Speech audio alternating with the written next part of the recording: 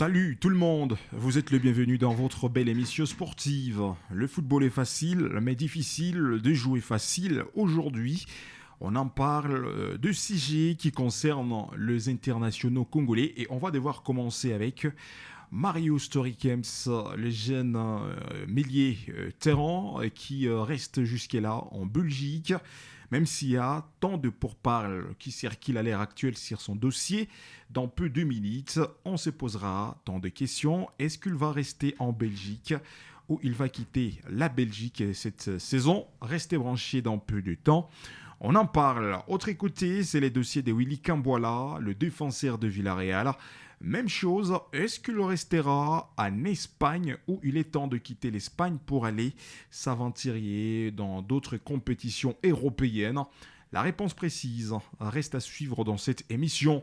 Nous parlerons de quelques mots et l'encouragement surtout à notre part de messieurs Fisto Mayele Kalala après avoir s'engagé avec une belle formation libyenne qui évolue notamment dans la première division libyenne.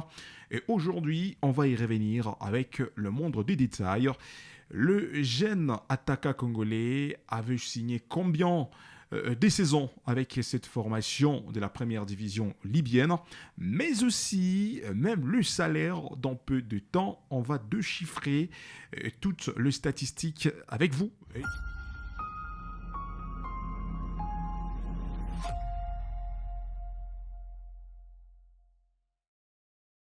Et je ne serai pas seul sur le plateau, je serai accompagné par un journaliste sportif, Monsieur Ben Mouhima. Avec lui, nous sommes en train de dire bonjour. Bonjour et surtout bonne arrivée à tous nos internautes. Mesdames et messieurs, comme c'était annoncé, on peut devoir commencer avec le jeune joueur. Il a raté la Coupe du Monde avec la sélection nationale à cause d'une blessure et pourtant il était parmi les joueurs clés ciblés par M. Sébastien Desabre. Mais dommage, les joueurs avaient raté la Coupe du Monde à cause de sa blessure. Alors là, nous sommes en train de vous parler de Mario Storikems, âgé de 21 ans seulement. Toute la saison passée, il était en Belgique avec son club là où il a disputé tant de matchs avec les clubs belges. Mais aujourd'hui, nous sommes en train de voir, il n'est plus dans le plan de son entraîneur et il est temps de quitter les clubs belges, même si nous sommes en train de voir, il y a une belle formation allemande, Wanders Brême, qui commence déjà à s'intéresser sur les dossiers de Mario Storikems.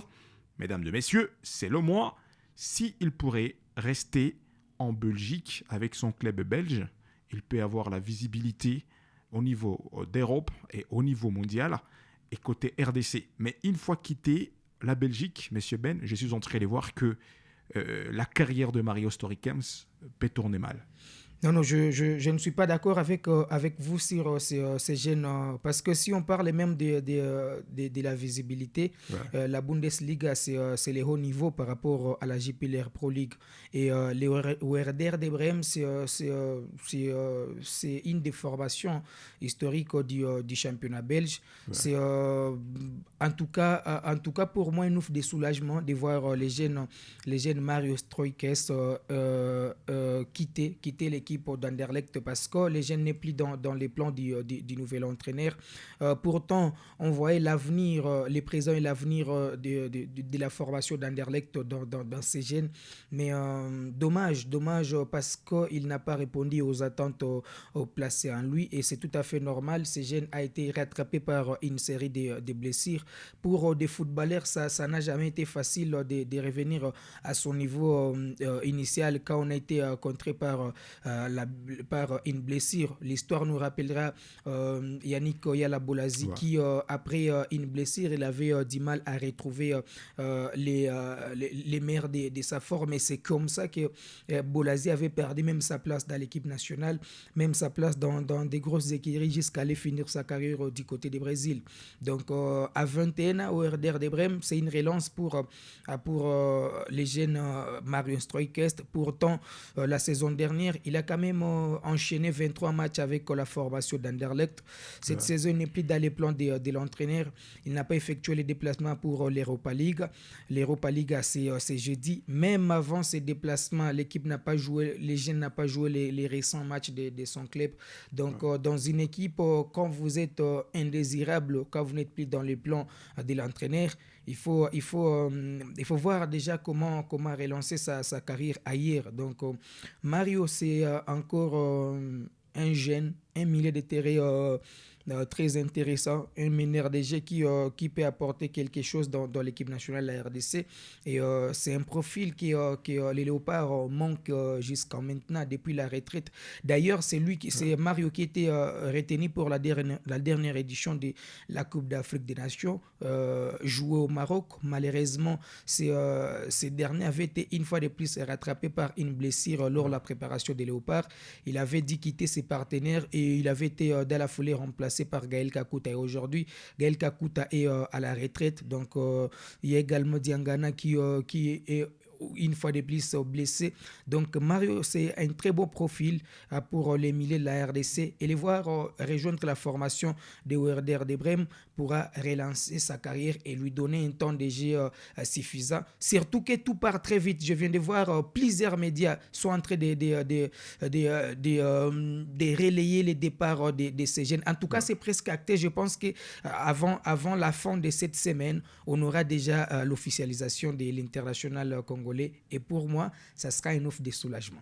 Et bien sûr que oui, parce que à côté de lui, ça reste une déception. Un jeune talentueux, il était capable de jouer tant de matchs, mais malheureusement, la Coupe du Monde arrive, il est blessé, absent avec l'équipe nationale. Espérons-le, peut-être il sera avec la sélection nationale durant cette période que nous attendons avec beaucoup d'émotion, la phase éliminatoire de la CAN 2027 avec la sélection nationale. Et une fois, on va nous communiquer sa nouvelle direction d'une manière officielle. Encore, on sera ici pour vous préciser. À part Mario Storicamps, nous sommes en train de voir aussi Willy Kambwala, c'est les défenseurs central de Villarreal. Il a fait ce début avec Villarreal depuis 2024 et voilà, aujourd'hui nous sommes en 2026, mais malheureusement on peut le rappeler, Willy Kambwala lui aussi a terminé une saison sans jouer à cause d'une blessure, et lui voilà le retour assuré dans cette saison précédente, à la fin de la saison précédente, et aujourd'hui nous sommes en train de se préparer pour démarrer la nouvelle saison. Et Willy Kambwala, c'est un joueur qui manque d'intérêt dans son propre club et il est sur les points de quitter Villarreal. Et déjà, nous sommes en train de voir un accord entre Osasuna, une équipe espagnole, qui veut récupérer les défenseurs centrales, messieurs Willy Kambwala, même si dans ces quelques minutes, je suis en train de lire Fabrizio qui aussi qui essaie de publier, il y a une formation italienne, Comos, qui s'intéresse à la dernière minute, l'offre de Willy Kambwala. Mais moi, je peux juste marteler quelque chose. Si Willy Kambwala peut accepter l'offre de Osasuna, rester en Espagne, pour moi, ça peut lui donner la chance d'être sur la toile mondiale. L'accord est déjà là entre son équipe de Villarreal et Osasuna. Et je pense que voir Willy Kambwala rester dans ces championnats espagnols pourra lui permettre de retrouver les hauts niveaux, parce que c'est les championnats qu'il maîtrise très très bien. Il est encore trop jeune, à 21 ans. Il revient d'une blessure. C'est tellement compliqué de se relancer dans une équipe comme Villarreal qui joue les premiers plans dans un championnat. Villarreal, c'est quand même une équipe qui joue pour une qualification en compétition continentale, que ce soit la Ligue des Champions, la Ligue Europa ou encore la Ligue Europa Conférence. Donc, quand vous êtes dans une équipe très exigeante et que vous revenez d'une blessure, il faut être conséquent. Vous restez en club, vous êtes viré vous êtes laissé sur les bancs de touche. Et quand on est trop jeune, on a envie de jouer, on a envie d'avoir un temps de jeu suffisant. Et je pense qu'à Osasuna, il pourra s'est relancé. Et comme je parlais des Stroikes du côté de Werder, lui aussi à Osasuna sera une relance pour sa carrière. Alors avec vous, messieurs Ben Mouima, on peut terminer avec l'international congolais, l'attaquant qui était avec la sélection nationale à la Coupe du Monde, Fisto Mayele Kalala. Et vous étiez là en train d'écrire des articles pour ces jeunes attaquants congolais, comme il s'était engagé avec Al Hilal au niveau de la Libye. Tout le monde a été au courant grâce à vos articles. Et aujourd'hui, vous êtes là maintenant pour nous expliquer comment Fisto Mayele s'est débarqué ou avait débarqué dans cette équipe. Et vous pouvez aussi nous donner quelques détails de ce contrat. Ouais, je pense que la signature de Fiston Maël du côté de Libye avec la formation d'Al-Ali Tripoli a divisé la toile. Nombreux estimaient qu'une équipe qui joue les premiers plans sur les continents africains serait les choix judiciaires pour l'international congolais.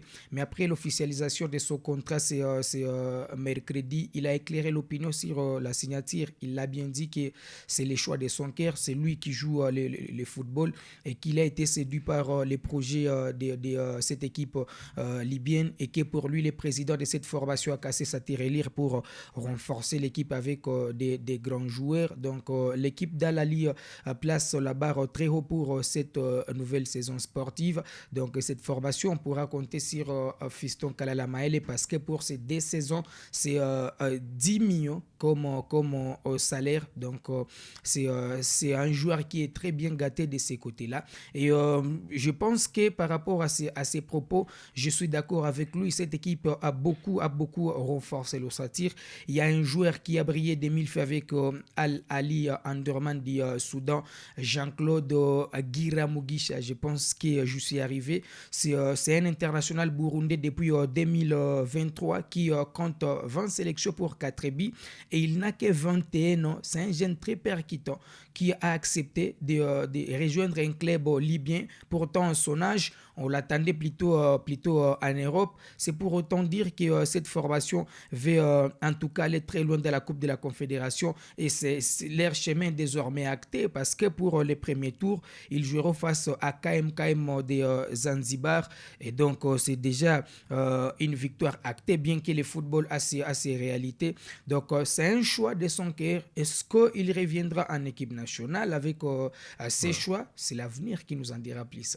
Alors, mesdames et messieurs, si avec cette belle actualité de Fisto Mayele Kalala, avec sa nouvelle formation libyenne, que nous bouclons cette page sportive d'aujourd'hui, abonnez-vous, partagez les liens de cette vidéo et laissez vos questions. On trouvera les meilleurs moments de vous répondre. Le football est facile, mais difficile de jouer facile.